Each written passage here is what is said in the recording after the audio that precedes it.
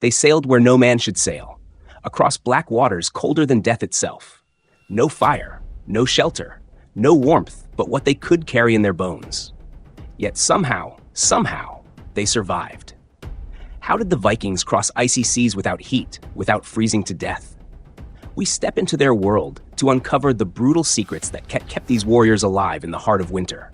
And if you stay until the end, you'll discover the truth that almost no one tells: why the Vikings didn't need warmth to conquer the cold.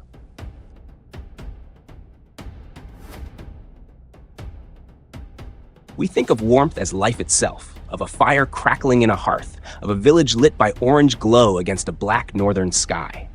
But on the open sea, warmth was a luxury the Vikings could not afford. A single spark aboard a longship could mean death. The tar that sealed the hull, the ropes, the sailcloth, all could ignite in seconds.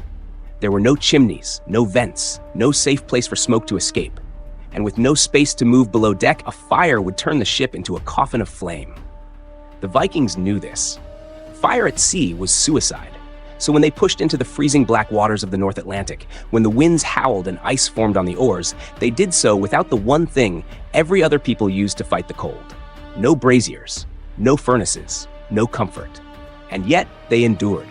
They conquered, explored, and survived voyages that would freeze a modern man to the bone. So how did they do it? How did a civilization built for war survive a world designed to kill them? Their answer wasn't warmth, it was adaptation, an ingenious, brutal partnership with the cold itself. They didn't fight the ice, they became it. Their first weapon against the cold wasn't fire, it was fabric. To the Vikings, wool wasn't just clothing, it was armor, a living barrier between flesh and frost. Thick, coarse, and almost alive, it had a strange property few other materials could match. Even when soaked through, it still held heat. As one historian put it, wool releases the water and continues to insulate. That single fact may have saved thousands of lives. Imagine a crew of 30 men rowing through a sleet storm, salt water lashing their faces, ice forming on their beards. Their ships had no shelter, no warmth, no escape. But their clothes, those were their hearth. They layered themselves like fortresses, soft wool undergarments closest to the skin. Over that, heavy tunics spun from dense fleece, greasy with natural lanolin that repelled moisture. And overall, cloaks, fur-trimmed and weathered, that froze stiff in the spray, yet trapped every breath of body heat inside. Every piece was a survival strategy, a calculated response to the Arctic Sea's cruelty. As another historian noted, clothing was really the only protection they had. Much like the Inuit, who learned that warmth could be created not by heat, but by preventing its loss. The Vikings learned the same brutal truth. Their secret wasn't comfort, it wasn't warmth, it was endurance. And the deeper they sailed into the north, the more the cold stopped being their enemy and became their test. In the frozen graves of Greenland, archaeologists unearthed the truth of Viking endurance. Bodies wrapped in hooded wool garments, ankle-length coats so dense they could trap heat and breath alike. These weren't clothes, they were cocoons. Some were found with sleeping bags made of sheepskin and cowhide, thick as armor, heavy as guilt. The hides still carried the faint memory of smoke and sweat. You could almost imagine the men inside, curled tight against the storm, waiting for dawn that might never come. Each sailor carried his own fortress of warmth, layer upon layer, fabric upon fabric. Beneath those layers, sweat froze at the edges, while the skin underneath stayed damp, but alive. Survival meant moisture management, not comfort. The goal was not to stay dry, it was to stay breathing.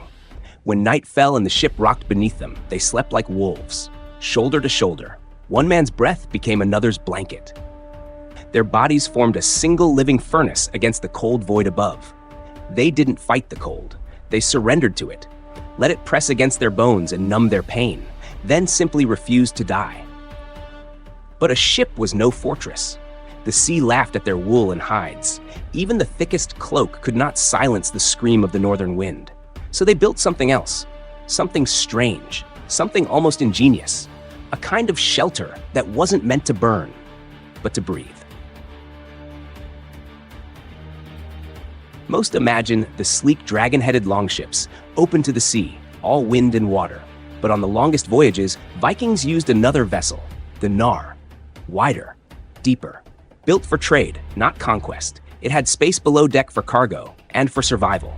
Historians believe they stretched tarps or hides across the open hulls, a crude but effective shield against spray and wind. Inside, men could huddle in darkness, their body heat trapped by oiled cloth and wool.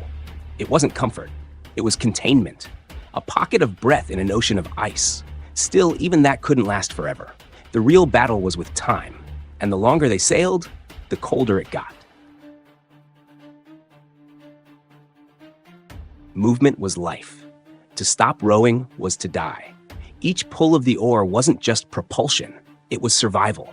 Every stroke forced blood through limbs that had long gone numb. Every chant echoed through the mist, keeping their hearts in rhythm with the storm. The Vikings sang not for glory, but for heat. They learned to move as a single organism. 30 men, 30 hearts, one purpose: endure. Rowing became ritual. Labor became life. When one man tired, another took his place.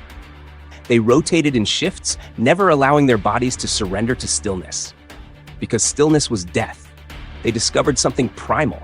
Exhaustion itself creates warmth.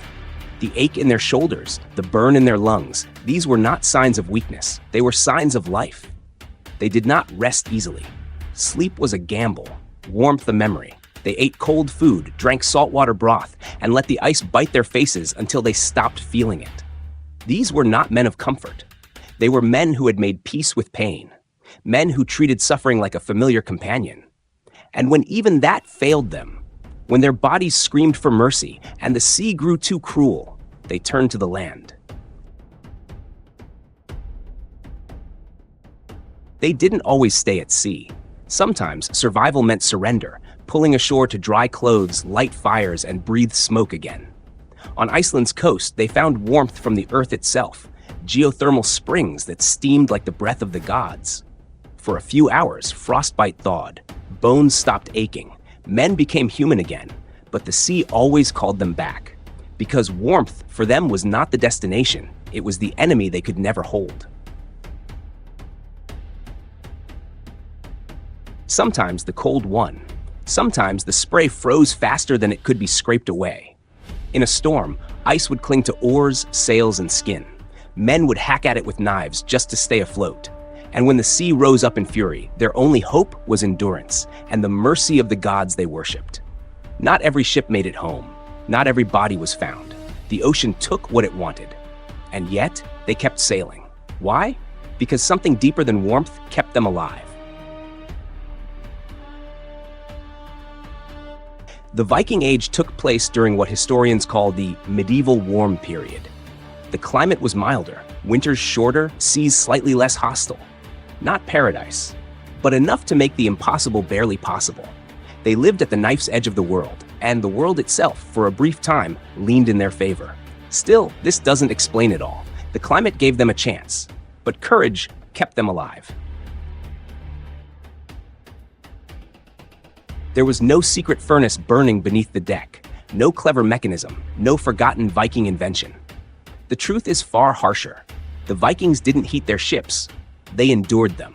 What kept them alive was not warmth, but will. They learned to outlast the cold the same way they outlasted their enemies, by refusing to yield. Every voyage across those black waters was an act of defiance.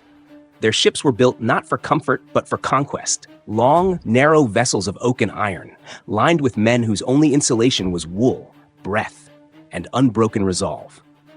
They moved like shadows across the sea, carrying the heartbeat of the North wherever they went. When the wind tore at their cloaks and the frost bit their hands, they drew warmth from the oldest source known to man, each other. Huddled shoulder to shoulder, they turned their bodies into living furnaces, their spirits into shields. Every Viking ship that survived the icy Atlantic was a miracle of willpower, a floating monument to the human capacity to adapt, to suffer, and to prevail.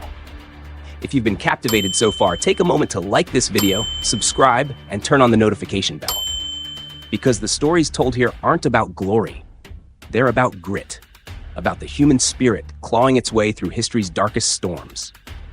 And the Vikings weren't just survivors. They were the embodiment of that storm. So, how did the Vikings heat their ships? They didn't. They endured. They adapted. They became colder than the cold itself. And in that frozen silence, they left us a lesson that survival is not comfort, it's conviction. Those who fear the cold stay on shore, but those who embrace it conquer the world.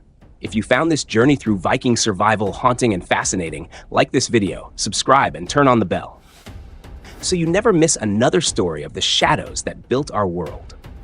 When you're done here, watch the next video on your screen to uncover the brutal truth about how Viking slaves built an empire of blood and silence. Stay curious and stay warm.